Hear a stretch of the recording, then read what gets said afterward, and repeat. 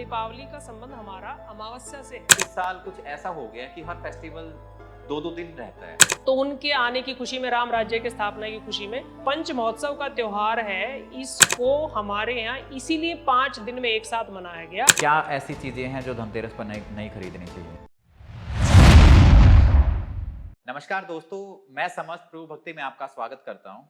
जैसा कि आप सब जानते हैं, पंच दीपोत्सव शुरू होने वाला है। धनतेरस से लेके जो भाई दूज तक चलेगा। अब आपके मन में बहुत सारे सवाल होंगे, आपने बहुत सारे वीडियोस देखे होंगे, माँ लक्ष्मी को कैसे खुश करें, ये जो 4 से 5 दिन हैं, इस दिन हम अपने घर में किस तरीके से सुख समृद्धि लेके आएं। तो इन्हीं सवालों के जवाब देने के लिए आज हमारे साथ स्टूडियो में हैं एस्ट्रो अनीता मैम, जिनका वैदिक एस्ट्रोलॉजी वास्तु में 20 से 22 साल का एक्सपीरियंस है। नमस्कार मैम। नमस्कार। आप कैसे हैं? मैं बहुत अच्छी हूँ। बड़ा तो अच्छा लगा मुझे, आपने इनवाइट किया, यहाँ पे मेरी नॉलेज को शेयर करने का मौका दिया।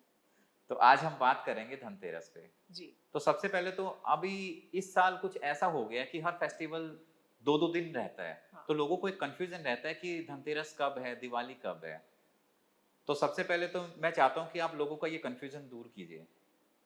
देखिए, हिंदू सनातन पद्धति में हमारे यहाँ एक पंचांग हम लोग यूज करते हैं, जिसमें तिथि, वार, करण, योग और मुहूर्त 5 चीजों को लिया जाता है और ये पांचों ही मिलके बनाते हैं। और इनका सीधा सीधा जो साइंटिफिक संबंध है वो सूर्य उदय से है। हमारे यहाँ सूर्य उदय के समय पर जो तिथि आती है उसी को फिर सेलिब्रेशन के लिए रखा जाता है। लेकिन क्योंकि यहाँ दीपावली का संबंध हमारा अमावस्या से है, तो अमावस्या तिथि इस बार हमारी 31 से शुरू होकर और 1 तारीख की शाम तक है। तो इसलिए हमारे यहाँ मतलब 2 इसमें भेद हो गए हैं कि भाई हम 31 को मनाएं या 1 को मनाएं।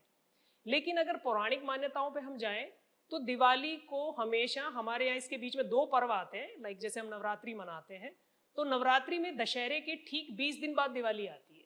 ये शास्त्र सम्मत है, प्रमाणिक है, ये हमेशा से यही होता आया है। और ऐसे ही करवा चौथ आता है तो उससे 8 दिन बाद दिवाली मनाई जाती है। और जैसे ही ये अपना होली अष्टमी का एक व्रत आता है तो उसके 4 दिन बाद दिवाली मनाई जाती है। अगर उसको हम मद्देनजर रखें तो 31 तारीख यानी कि बृहस्पतिवार और कार्तिक मास की अमावस्या को ही दीपावली का त्योहार मनाया जाता है। अगर हिंदू उसमें मैं देखूं लोगों को, तो ये बिल्कुल ठीक है कि भाई जैसे मतभेद है सिंधु पुराण के अनुसार, तो इस तरह से तो हम ये मान सकते हैं कि भाई आप 31 में मनाएं, वो 1 में मनाएं, आप स्वतंत्र हैं।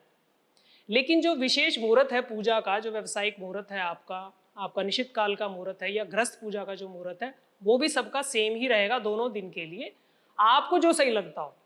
क्योंकि ये कहा गया है कि जो मन के हारे हार है, मन के जीते जीत।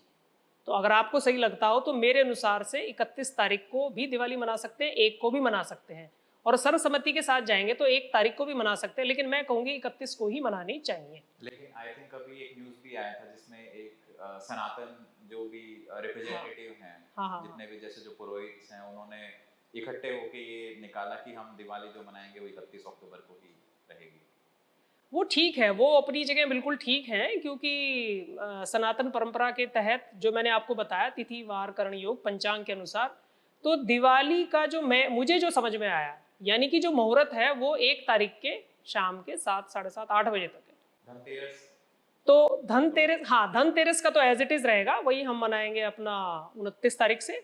तो 29 तारीख को जो कि हम बोलते हैं पंच दीपोत्सव, हमारे यहाँ सबसे बड़ा त्योहार दिवाली को ही मनाया जाता है। और ये सब जानते हैं कि भगवान राम उस दिन अयोध्या लौटे थे, और ये भी कहा जाता है कि भगवान राम इस जगत की आत्मा है।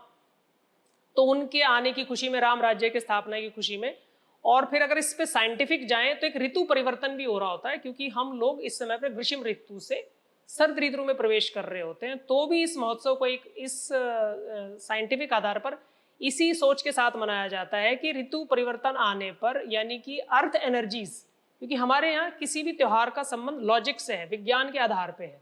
मतलब वो बिल्कुल ये नहीं है कि आपने जिसने जो कहा और वो मान लिया, यानी उसका आधार भी साइंटिफिक है। तो यहाँ ये बात समझने की है कि हमारा जो पंच महोत्सव का जो यहाँ पर एक इस त्योहार को जो मनाया गया, तो उसमें हम सब ने मतलब कि हमारे शास्त्रों में ऐड कर दिया गया स्वास्थ्य को भी धनतेरस के रूप में, यानी नई चीज़ों को खरीदने के लिए, नई खरीदारी करने के लिए। और ऐसे फिर आपका छोटी दीपावली को, और ऐसे फिर आपका जिसको कि हम चतुर्दशी बोलते हैं, और फिर आपकी अमावस्या को हमने सीधा दिवाली और जो उससे नेक्स्ट डे है उसको हम मनाते हैं गोवर्धन के रूप में, और उससे नेक्स्ट जो है वो है हमारा भैया दूज। तो इस तरह से जो पंच महोत्सव का त्योहार है, इसको हमारे यहाँ इसीलिए 5 दिन में एक साथ मनाया गया कि हम आपस में यानी कि सांस्कृतिक आधार पर एक दूसरे से मिलकर इस त्योहार को अच्छे से मनाएं, गिले शिकवे भी दूर करें, यानी कि अंधकार से प्रकाश, यानी जो भी अज्ञानता हमारे अंदर है, दिन प्रतिदिन जो भी आपके जीवन दर जीवन जो आप जीवन के अनुभव को लेके चल रहे हैं, तो उसमें आपको एक नया मार्गदर्शन मिले। तो हमारे ऋषि मुनियों ने ये परंपरा बना दी कि सामान्य मानव बहुत गहराई में जाकर किसी चीज को नहीं समझ पाएगा, लेकिन छोटी छोटी चीजों को अपने सांस्कृतिक जीवन में अपनाकर वो अपने जीवन को खुशहाल कर सकता है। तो उसके लिए सबसे पहले यानी कि हम मनाते हैं अपना धनतेरस मनाएंगे। तो धनतेरस के दिन जो हमारे समुद्र मंथन के समय, जो सतयुग में समुद्र मंथन हुआ था, तो उस समय समुद्र से 14 रत्न निकले थे।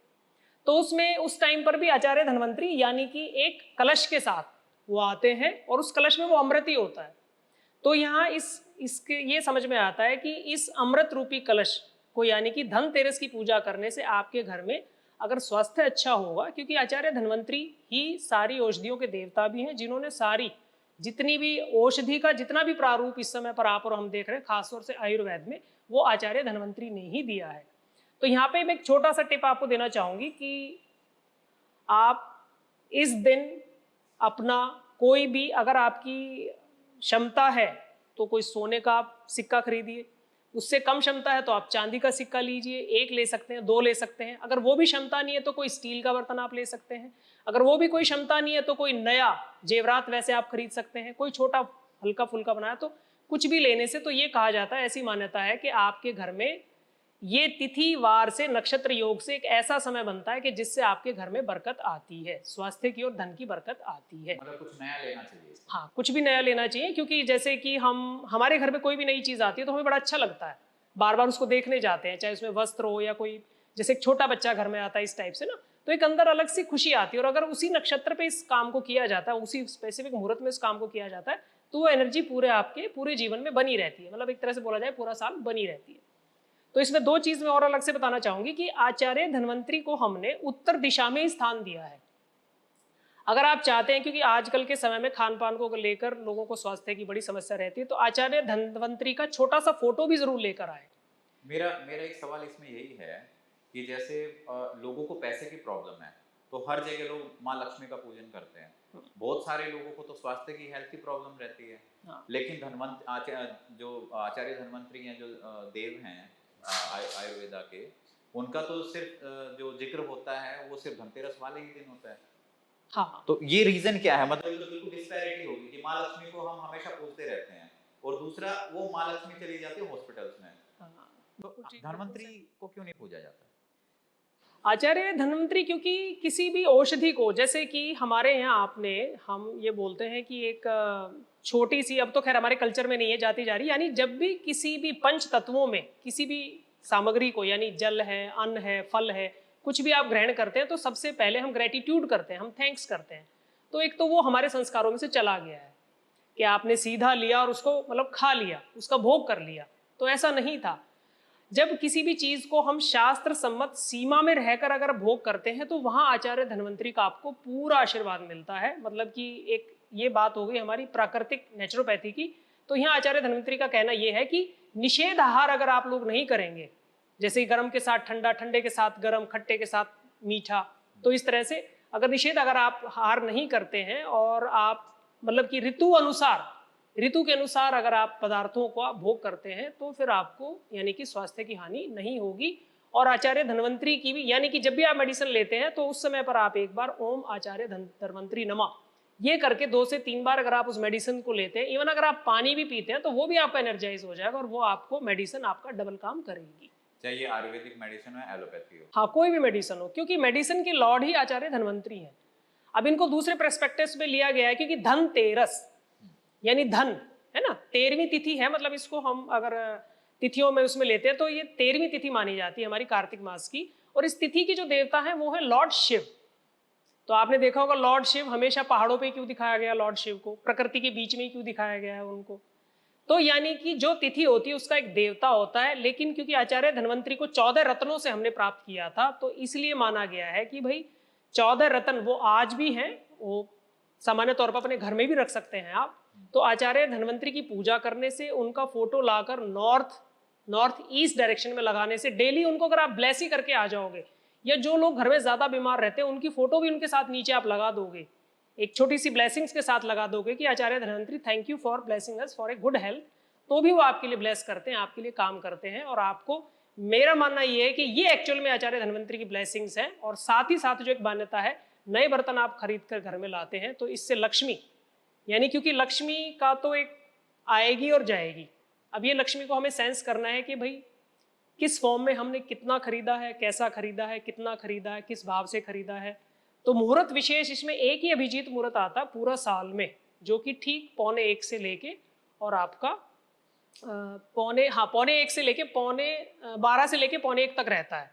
ये 12:45 से 1:45 तक रहता है ये मुहूर्त, ये पूरा साल रहता है ये मुहूर्त। थोड़ा बहुत शिफ्ट होता रहता है क्योंकि दिन जब छोटे बड़े होते हैं, तो इस समय पर अगर आप खरीदारी करते हैं तो ये आपके लिए और भी बढ़िया है।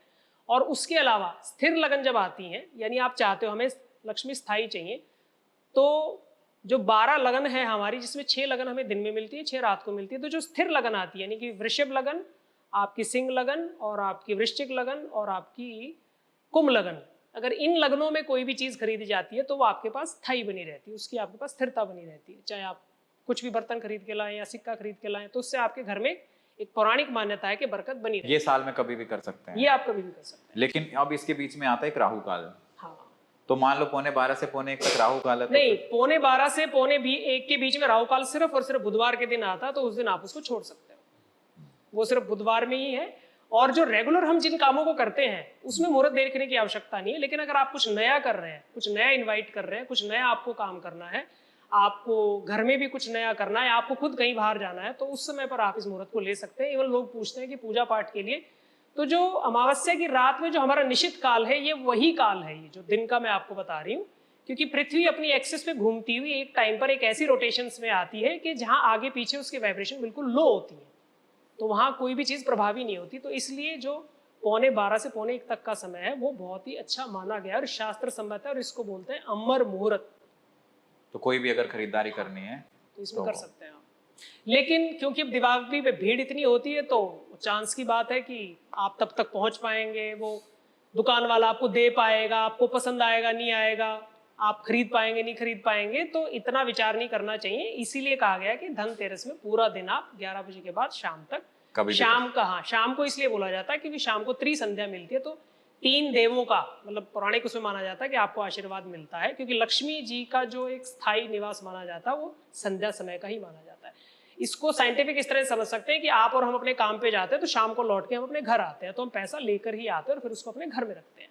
और एक छोटा सा टोटका आप ये कर सकते हैं कि जब भी घर में आए, खास तौर से जो डेली वाले हैं या तनख्वाह महीने में एक दिन मिलती है, या उसी दिन खास तौर से आप कुछ पैसे बैंक से निकाल के लाएं, तो आकर वो पैसा आपको अपने लॉकर में रखना है, या अपनी पत्नी के हाथ में, पत्नी नहीं है तो बेटी के हाथ में, बेटी नहीं है तो बहू के हाथ में जरूर उसको देना चाहिए, क्योंकि लक्ष्मी का जो स्वरूप है वो स्त्री में है, इससे आपके धन में बरकत आती है और धन में बढ़ोतरी भी होती है।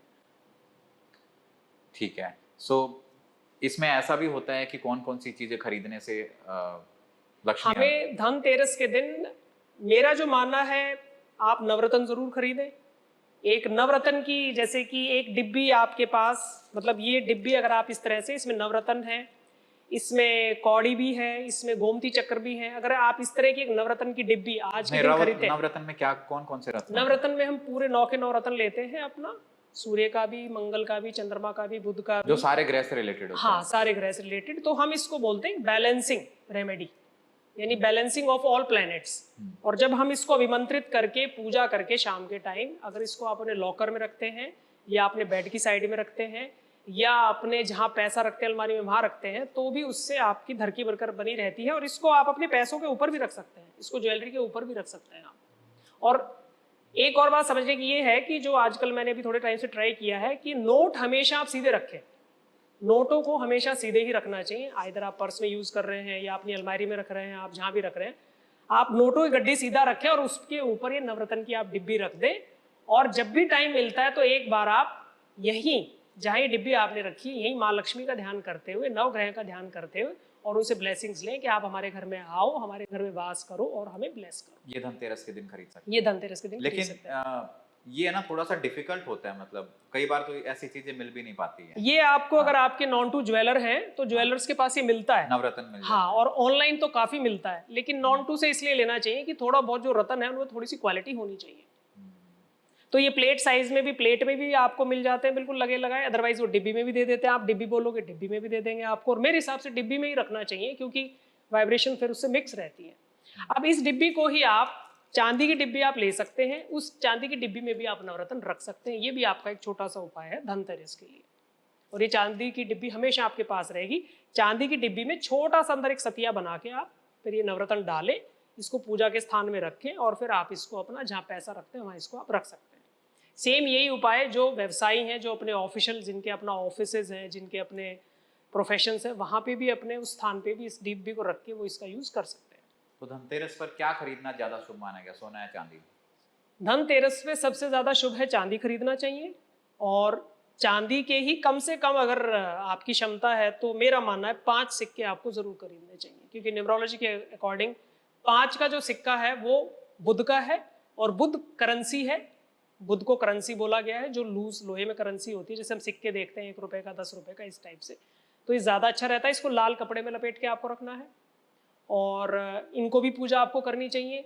बस आपको जो परहेज रखना है वो रखना है कि लोहे से संबंधित कोई सामान, लोहे का सामान या फिर कोई नुकीली चीज़ जैसे चाकू, कैंची, इस टाइप की चीज़ें आपको धनतेरस के दिन नहीं खरीदनी चाहिए। यहाँ थोड़ा सा आपको, मतलब आपको कोई भी चीज़ खरीदनी है तो वो कंप्लीट होनी चाहिए।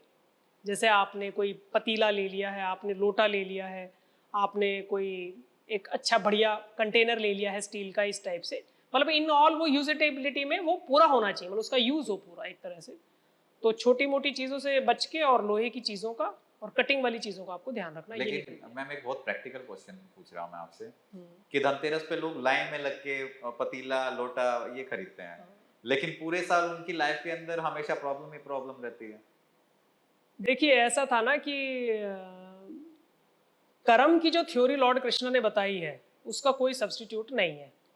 बस ये हमने एक पौराणिक मान्यता में हम चल रहे हैं कि हमें खरीदना चाहिए। अब उनको ये नहीं पता क्यों खरीदना चाहिए, इसको खरीदने से क्या होगा, तो ये बात आ जाती है, साइंस की बात आ जाती है, लॉजिक की बात आ जाती है।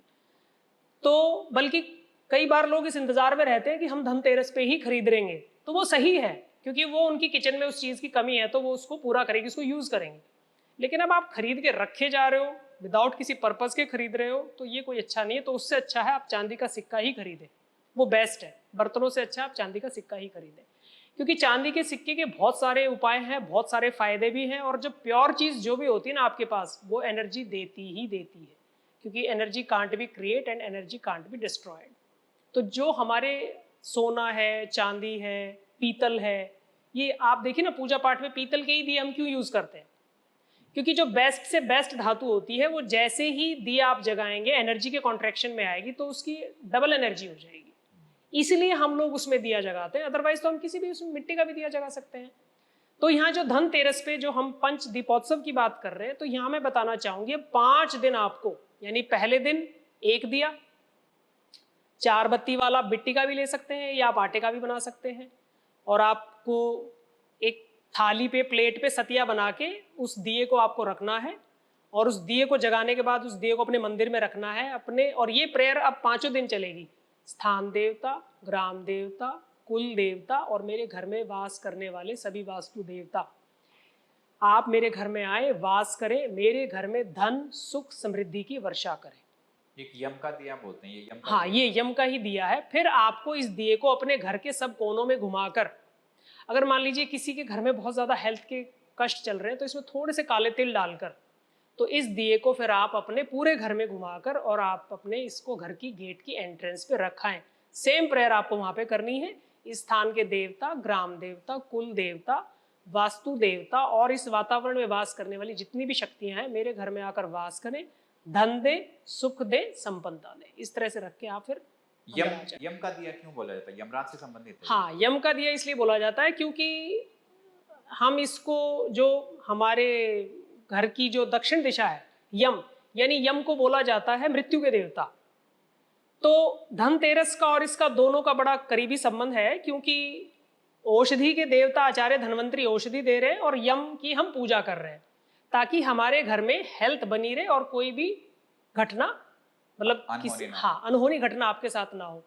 तो यम को ये बोला जाता है क्योंकि भाई ये मृत्यु के देवता हैं, तो मृत्यु के देवता भी हमारे घर में आकर, मतलब कि हमारे घर को ब्लेस करें, अनहोनी घटनाएं हमारे उसमें ना हो। मतलब आप ग्रेटिट्यूड पे कर रहे हैं उनको, क्योंकि कोई भी चीज़ है आपको उसको ग्रेटिट्यूड पे करना ही है। जब मनुष्य ने जन्म लिया तब भी हम इतनी अपना एक हैप्पीनेस मनाते हैं, सेलिब्रेशन करते हैं। इसी तरह से तब जाता है व्यक्ति इस दुनिया से था, तो तब भी बहुत सारे रिचुअल्स होते हैं। तो उसमें यम की ही पूजा कराई जाती है कि भाई ये जिस लोक में भी जाएं, जहाँ भी जाएं, और कुछ एक अपना पौराणिक उससे जोड़ा जाता है कि भाई हमारे पूर्व जन्म के भी कुछ कर्म हैं। तो ये बोले जाते हैं, ये बोला जाता है कि इस महाभूत सृष्टि में जो भी आप और हम भोग रहे हैं, जो भी हमें मिल रहा है, उसका कोई ना कोई देवता रिस्पॉन्सिबल है।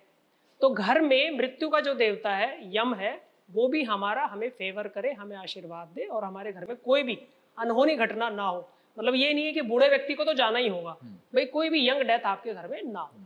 तो इसलिए यम की पूजा की जाती है कि भाई यम भी एक शक्ति है जिसका वास आपके घर की दक्षिण दिशा में है, और यम लोग भी दक्षिण दिशा में ही है। मृत्यु लोग जो हम बोलते हैं वो दक्षिण दिशा में ही है, इसलिए यम की पूजा की जाती है। तो ये सिर्फ धनतेरस के दिन ही करें, या फिर अगर किसी को मृत्यु से डर लगता है तो वो अपना रोज दिया जलाए, ऐसा हाँ, नहीं, बिल्कुल कर सकते हैं अगर किसी को लगता है, क्योंकि यहीं पर हम पितरों को भी स्थान देते हैं। थोड़ा सा जब दक्षिण दिशा से आगे चलते हैं तो पितरों का जोन आता है, आपके पितर आते हैं वहीं पे। साउथ वेस्ट जो दिशा है हमने वो पितरों को ही दी है। तो यम की पूजा अगर आप करते हैं, यम की, क्योंकि ये यक्ष है, इनकी पूजा नहीं की जाती, इनको सिर्फ एक तरह से नमन करके ग्रेटिट्यूड पे किया जाता है। पूजा हम अपने पितरों की करते हैं, क्योंकि पितृ हमारी डिजायर्स को, देवता हमारे डिजायर्स को मैनिफेस्ट कराते हैं, और पितृ देवता हमें उसमें आशीर्वाद देते हैं, ब्लेसिंग्स देते हैं। तो यम की पूजा करने से कहीं ना कहीं हमारे पितृ शांत हो रहे हैं, हमारे पितृ तृप्त होते हैं, तो उससे हमें ब्लेसिंग्स मिलती हैं और हमारी डिजायर्स फुलफिल होती है।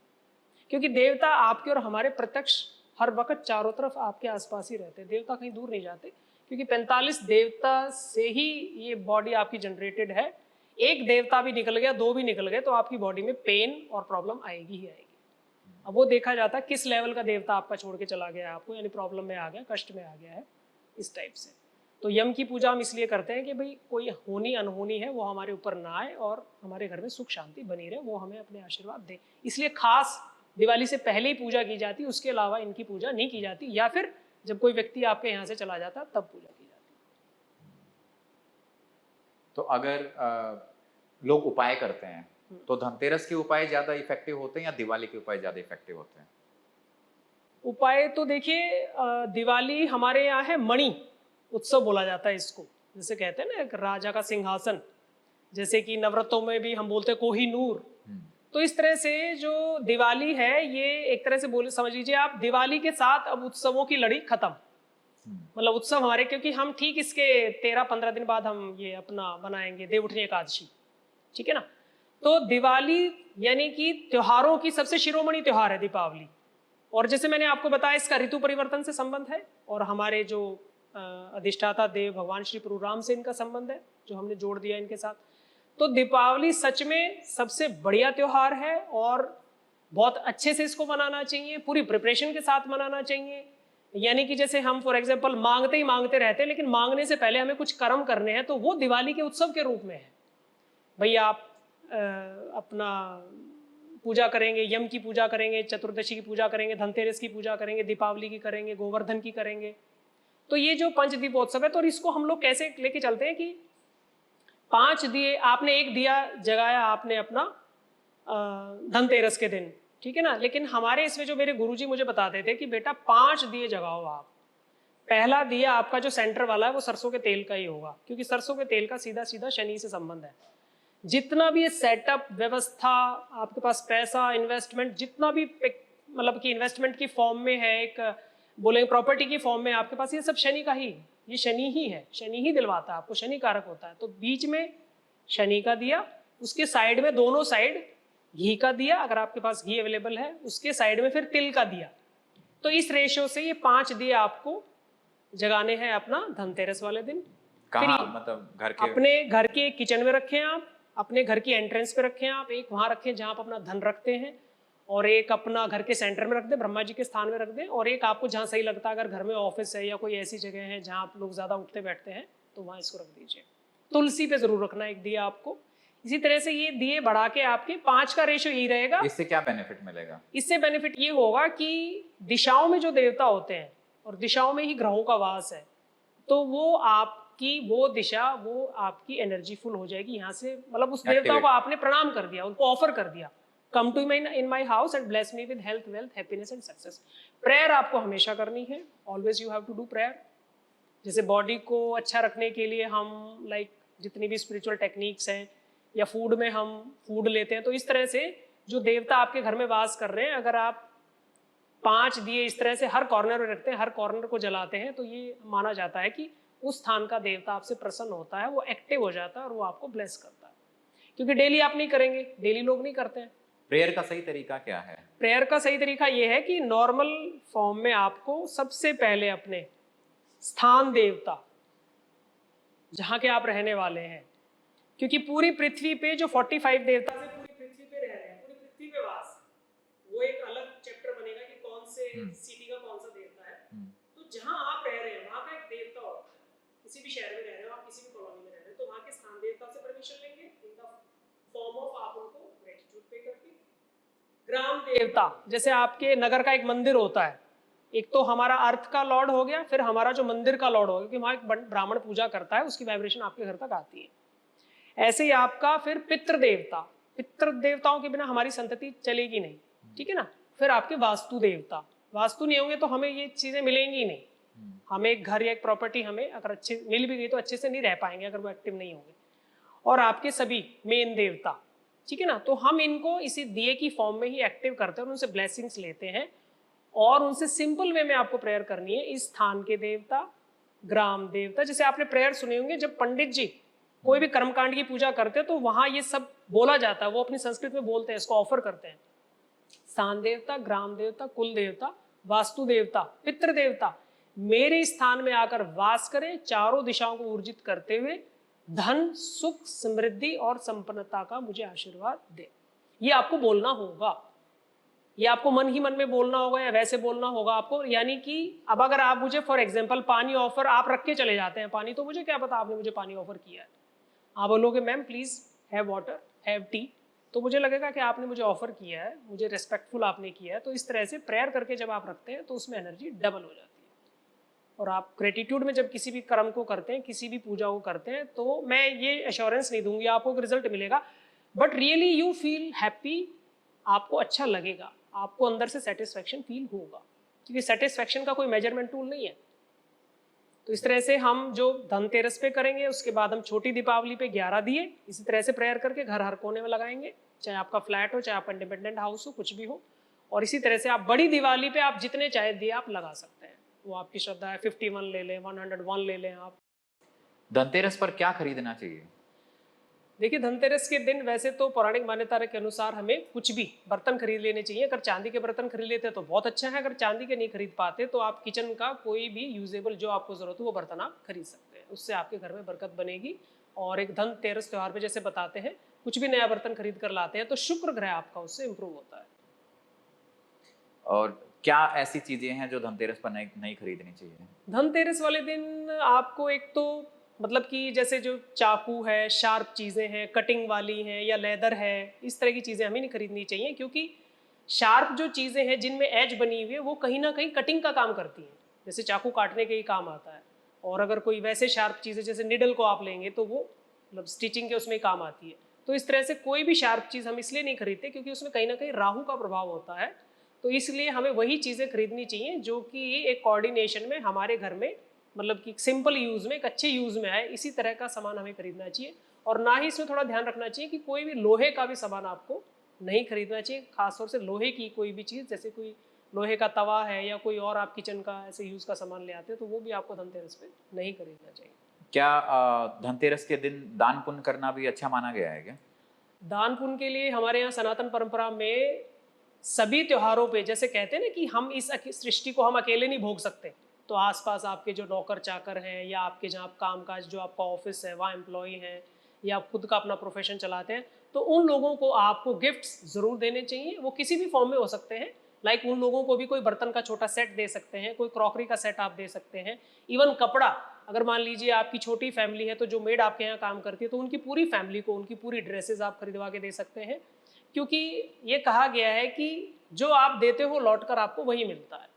तो खाना, कपड़ा, बर्तन, ये सब चीज़ें आप धनतेरस पे आराम से दान कर सकते हैं। दिवाली पर माँ लक्ष्मी को कैसे खुश करें?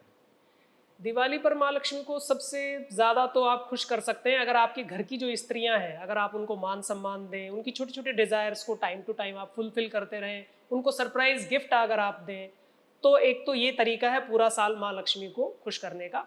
दूसरा ये है कि अगर माँ लक्ष्मी को आपको दिवाली पे अपने घर में स्थायी करना है, स्थिर करना है, तो इसमें आपको निश्चित काल में रात्रि में एक पूजा होती है, पर्टिकुलर एक हवन होता है जो कि ब्राह्मण के की हेल्प से आप करवा पाएंगे, या आप खुद भी माँ लक्ष्मी का कोई भी एक मंत्र आप बड़े अच्छे से, सबसे पहले भगवान गणेश का, फिर माँ लक्ष्मी का और उसके बाद भगवान विष्णु का, क्योंकि लक्ष्मी और नारायण ये दोनों पेयर में है। क्योंकि कहा भी गया है कि जहाँ लक्ष्मी होगी वहीं नारायण का वास होगा, क्योंकि लक्ष्मी के बिना हमें 16 प्रकार की लक्ष्मी हमारे यहाँ बताई गई है, धन लक्ष्मी, गज लक्ष्मी, भोग लक्ष्मी, यश लक्ष्मी, ऐश्वर्य लक्ष्मी। तो 16 रूप है माँ लक्ष्मी के, तो वो एक गहरे ज्ञान की बात है। तो हम यही बोलेंगे 16 प्रकार की जितनी भी माँ लक्ष्मी है मेरे घर में आए, वास करें। और एक देसी घी का दिया, अगर चांदी का दिया आपके पास है तो उसमें हल्की सी रोली डालकर वो दिया दीपावली की पूरी रात जगाएं, उसमें 2 लौंग भी डाल दें, और आप माँ लक्ष्मी के किसी भी मंत्र का चौकी पे बैठकर शांतिपूर्वक मन से जाप कर सकते हैं। और इससे ज़्यादा आप नवरत्न लेकर, या आप जो भी लाइक कोई चांदी का सिक्का लेकर, सोने का सिक्का लेकर उसको भी पूजन में रखें, और फिर उसको अपने धन रखने के स्थान में, तिजोरी रखने के स्थान में पूरा साल उसको रख के आप माँ लक्ष्मी का आशीर्वाद ले सकते हैं। जिन लोगों के बिजनेस में प्रॉब्लम आ रही है, उनके लिए दिवाली पे वो ऐसा क्या कर सकते हैं जिससे बिजनेस बढ़े? बिजनेस वाले लोगों को मैं ये बताना चाहूँगी कि जितना बड़ा आपका लक्ष्य होता है, यानी कि जो आप मांग रहे हैं परमात्मा से, अगर उसको पाने में, मिलने में कोई विरोध आ रहा है, तो उसमें बहुत सारे कारण हो सकते हैं। लेकिन यहाँ मैं थोड़ा सा ही बताना चाहूँगी आपको कि जो जो भी आपकी संस्था है या जो आपका वर्क एनवायरनमेंट है, सबसे पहले तो अपने एम्प्लॉयज़ को आप खुश रखें।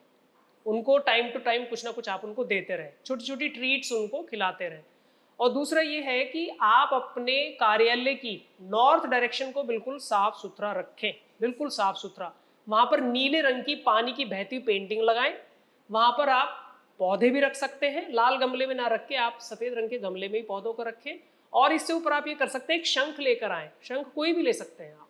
उस शंख में आप सच्चे मोती भर के, और आपको अपने कार्य व्यवसाय की, अपने ऑफिस की नॉर्थ डायरेक्शन में उस शंख को ऐसे रख देना है कि वो दक्षिण की तरफ उसका, यानी कि जहाँ से उसका मुंह खुला होता है शंख का, तो दक्षिण की तरफ होना चाहिए, जो उसका मुंह बंद होता है वो उत्तर की तरफ होना चाहिए। और डेली आपको वहीं जाके प्रेयर करनी है, किससे? माँ लक्ष्मी से और भगवान विष्णु से, कि आप मेरे इस स्थान में आए, यहाँ पर वास करें, मुझे हेल्थ, वेल्थ, हैप्पीनेस और सक्सेस से मुझे ब्लेस करें। इतना भी कर लेते हैं तो इस उपाय से भी काफ़ी अच्छा काम हो जाएगा। और इससे भी ज़्यादा आप आपके जो वर्किंग प्लेस में है वहाँ पे आप ईस्ट डायरेक्शन में ग्रीन पेड़ रखें, ग्रीन पौधे रखें। वहाँ पे भी एक छोटा सा ग्रीन कलर का या रेड कलर का सतिया भी आप लगा सकते हैं। उससे भी आपके जो काम में कोई अड़चन आ रही है, कोई दिक्कत आ रही है, तो वो भी आपकी सब मैनेज हो जाएंगी, मतलब कि दूर हो जाएंगी, और आपको आपके कार्य में तरक्की और सफलता मिलेगी। जिन लोगों के हेल्थ रिलेटेड प्रॉब्लम है, वो दिवाली के दिन क्या उपाय कर सकते हैं? हेल्थ का जो इशू मेन होता है, जिन लोगों को ये नहीं होता कि हेल्थ एक दिन में खराब होगी, हाँ, लेकिन फिर भी किसी का पुराना रोग है या टाइम टू टाइम जल्दी जल्दी अगर बीमार पड़ जाते हैं, तो उनको भी एक, अगर पॉसिबल है तो चांदी का लोटा लें, चांदी के लोटे में हल्का सा गंगा जल डालें सबसे पहले, फिर उसमें 2 तुलसी पत्ती डालें, और फिर उसको जल से भर के, और आप आचार्य धन्वंतरी का ध्यान करते हुए, उनका आह्वान करते हुए कि आप इस जल में आकर वास करें, मुझे अच्छी हेल्थ दें। और इसी तरह से नॉर्थ में अपनी एक फ़ोटो भी लगा सकते हैं। जिन लोगों को ज़्यादा हेल्थ के इश्यूज रहते हैं वो एक छोटी पासपोर्ट साइज़ अपनी नॉर्थ में फ़ोटो भी लगा दें, और धन्वंतरी जी का फ़ोटो भी वहीं पे लगा दें। और फोटो के नीचे एक अफर्मेशन लिख के लगा सकते हैं कि from today day by day I am getting healthier and healthier and healthier, और जाके वहाँ डेली प्रणाम करें। और ये जो पानी मैंने आपको बताया, इसको आप सिरहाने रख के सो जाएं, और सुबह उठते ही आपको धीरे धीरे सिप सिप सिप सिप करके इसको पानी को पीना है। पानी पीने से पहले आपको कोई भी कुल्ला नहीं करना है, बस आचार्य धन्वंतरी का ध्यान करते हुए ओम आचार्य धन्वंतरी देवताए नमः, इसकी चैंटिंग करते हुए धीरे धीरे इस पानी को पी लें, और इसको 21 दिन इस उपाय को कर लें, तो आपको निश्चित ही इसमें लाभ मिलेगा। एक मन में सवाल उठा मैम कि एक रेमेडीज जैसे आपने बताया, और बहुत सारे ऐसे वीडियोस वायरल होते हैं, उसमें ये बताया गया है कि दिवाली के दिन पत्नी को गिफ्ट दें। हाँ। तो अभी तो एक तो करवा चौथ गया है, ठीक है, अब दिवाली आ गई तो पत्नी को तो गिफ्ट मिल रहे हैं। क्या हमारे सनातन में कुछ ऐसे फेस्टिवल्स भी आते हैं जहां पति को गिफ्ट मिलना चाहिए? हाँ बिल्कुल नहीं, मेरा मानना ये है कि पैरेलली अगर पति गिफ्ट कर रहा है, मतलब एक नारायण स्वरूप माना जाता है पति को, पत्नी को लक्ष्मी माना जाता है, तो लक्ष्मी भी सेवा रूप में भी दे सकती है। और ऐसा नहीं है, आज देश काल परिस्थिति के अनुसार पत्नी भी अगर हस्बैंड को गिफ्ट करती है, कोई भी उनका ड्रेसिंग के लिए एक परफ्यूम गिफ्ट करती हैं, या कोई कपड़ा उनको ला के देती है गिफ्ट करती हैं, ज्वेलरी की फॉर्म में भी कुछ गिफ्ट कर देती है उनको, तो ऐसा नहीं है, वो भी उनके लिए रेमेडी का भी काम करता है और उससे दोनों का एक हेल्दी रिलेशनशिप बना रहता तो है। ये दिवाली के दिन भी कर सकते हैं हाँ, वो? ये बिल्कुल दिवाली के दिन कर सकते हैं और करना भी चाहिए, और दोनों को एक दूसरे को अपने हाथ से मिठाई जरूर खिलानी चाहिए। ये जरूर होना चाहिए फेस्टिवल में कि आप पूजा पाठ के बाद अपने जो सीनियर सब घर में लोग हैं उनके सबके पैर छू के आप ब्लेसिंग्स लें, और हस्बैंड वाइफ खास तौर से एक साथ ही खाना खाएं, तो दोनों का आपस में प्यार बहुत अच्छा बना रहता है। चलिए इस पॉडकास्ट को फिर यहीं एंड करते हैं। उम्मीद है दोस्तों आपको हमारी ये जानकारी अच्छी लगी होगी। अगर आपके कोई भी सवाल हैं या किसी रेमेडीज को लेके अगर आपके मन में कंफ्यूजन है तो आप नीचे कमेंट्स में हमें बताइए। हम कोशिश करते हैं कि न्यू पॉडकास्ट में आपके सवालों के जरूर आंसर दें। Thank you.